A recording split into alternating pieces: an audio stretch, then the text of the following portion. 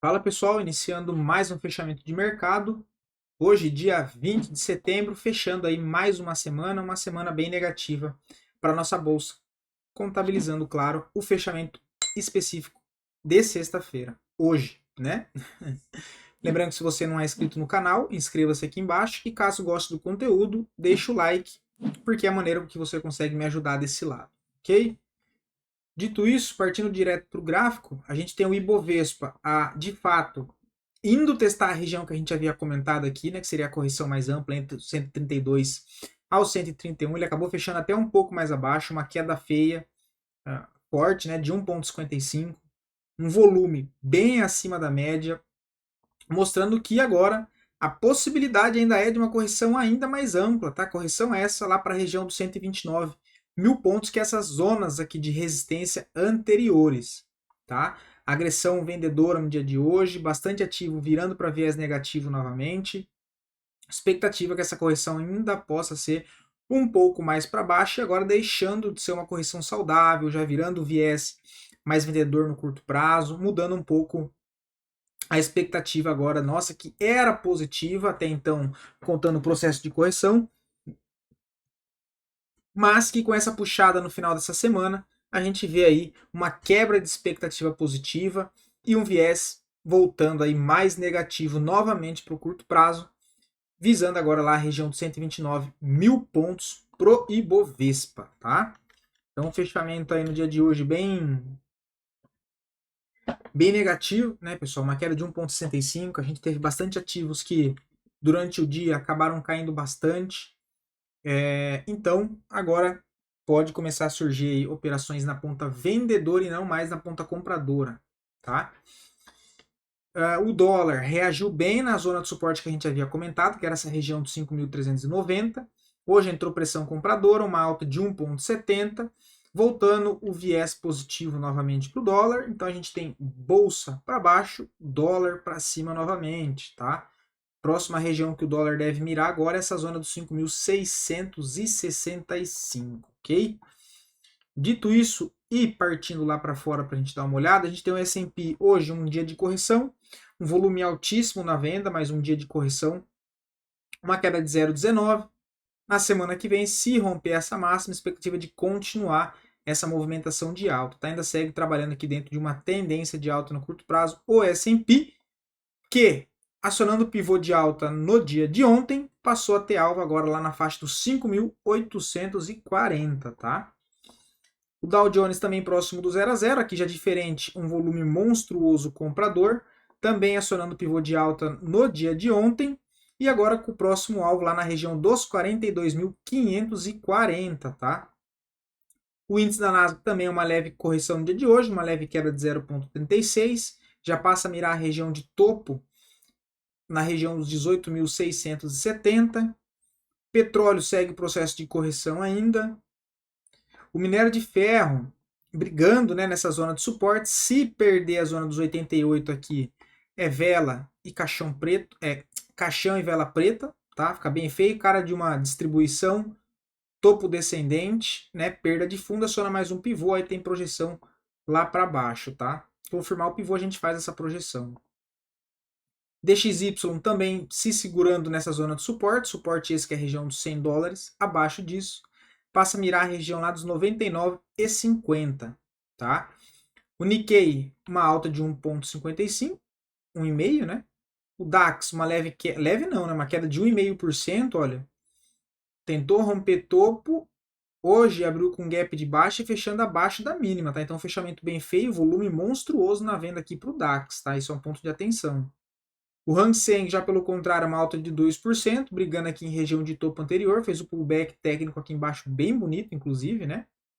Rompeu o LTA, perdão, rompeu o LTB, que era uma resistência, fez um movimento de alta, voltou, corrigiu, testou o antigo ponto de suporte, de resistência agora como um suporte, e pegou bastante pressão compradora. O IMOEX, se fechar assim, aciona um pivôzinho de alta, começa a ter espaço e viés mais positivo agora para o curto prazo. O ouro, meus amigos, renovando máxima histórica, hoje mais uma alta de 1,30, cravou o alvo dos 2.600, Segue ainda com bastante força comprador, o próximo alvo 2,680, e a gente já comentou a expectativa do dólar, né? Eu já venho comentando com vocês que a gente tem dólar subindo assim forte, sempre é um ponto de atenção, tá? Porque o dólar geralmente ele costuma ter uma pressão muito forte assim compradora em momentos de dúvida, de instabilidade, então sempre vale aquele cheirinho de alerta, ok? O gás de fato acionando o pivô e o OCOI, né, que é o ombro cabeça a ombro, e agora passa a ter alvo lá na região dos 2,80, tá? Mas a curto prazo os 2,60 aqui também. A expectativa é que volte lá para buscar testar esse topo aqui, que inclusive a gente teve um ombro cabeça a ombro aqui que jogou essa tendência de alta para uma tendência de baixa, e agora que reverteu e confirmou, a gente tem um ombro cabeça a ombro invertido aqui. Então, um movimento técnico bem bonito, inclusive pro gás, ok? A prata acionando um pivô de alta, próximo alvo é o topo principal lá dos 32.000, 32 mil não, perdão, 32,50, tá? Lembrando que isso aqui é dólar. Olhando as criptos também reagiu bem, a gente tem o Bitcoin mirando o próximo ponto de resistência lá nos 67.500 dólares. A Ethereum deu uma puxada mais forte no dia de hoje.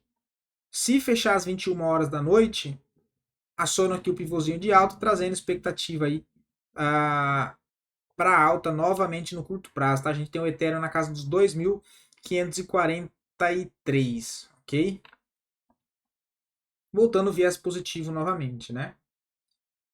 Vamos dar uma olhada aqui. A gente tem um mundo. Mundo não, né? O S&P primeiro.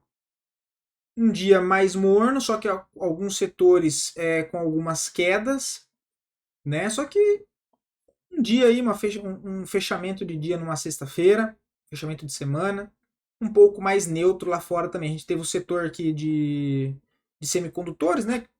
Eu digo setor de tecnologia, porque é envolvido com tecnologia, com a maioria dos papéis trabalhando na ponta negativa, tá? A média de queda aí na faixa dos 2,5%. E o restante dos setores aqui, bem morno, bem frio, a gente já consegue perceber pela própria cor aqui desse mapa, ok? Índice financeiro com baixíssima volatilidade lá fora. Agora vamos dar uma olhada no mundo.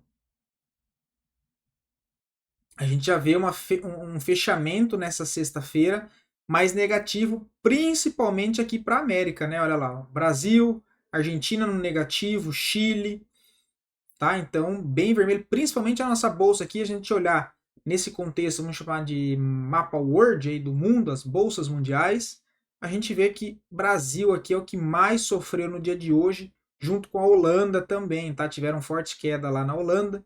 Brasil a gente vê que tem um vermelho aqui muito mais vivo, né? Um vermelho mais chamativo. Então a gente vê essa forte queda na nossa bolsa no dia de hoje, tá? Do restante do mundo, a maioria também bem neutro, tá? China, Japão, Índia, Irlanda, Inglaterra, Espanha, Alemanha, bem tranquilo no dia de hoje, tá?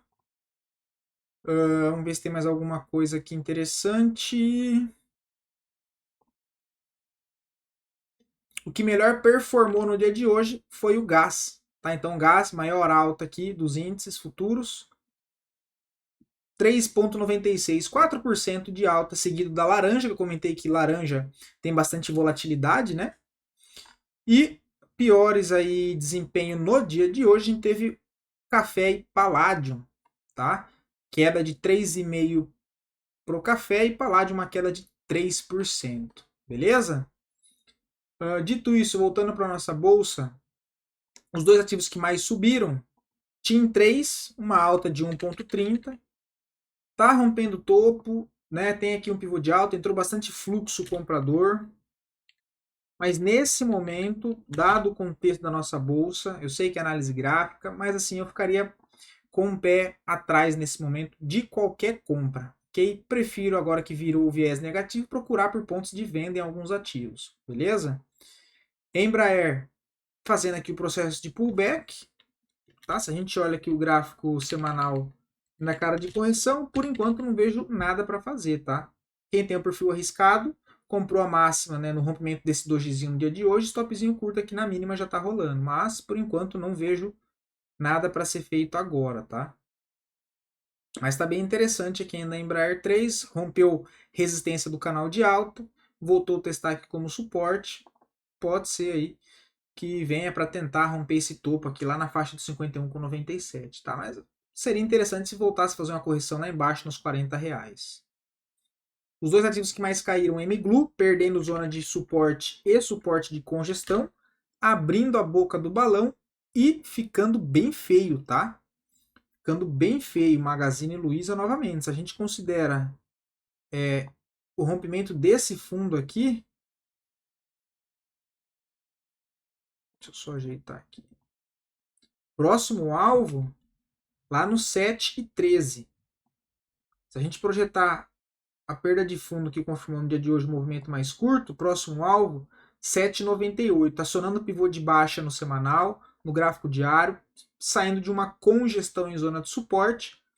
Expectativa maior é que retome a tendência principal que a gente vê claramente aqui, que é uma tendência de baixa, tá? Então, MGLU aí abrindo a boca do balão.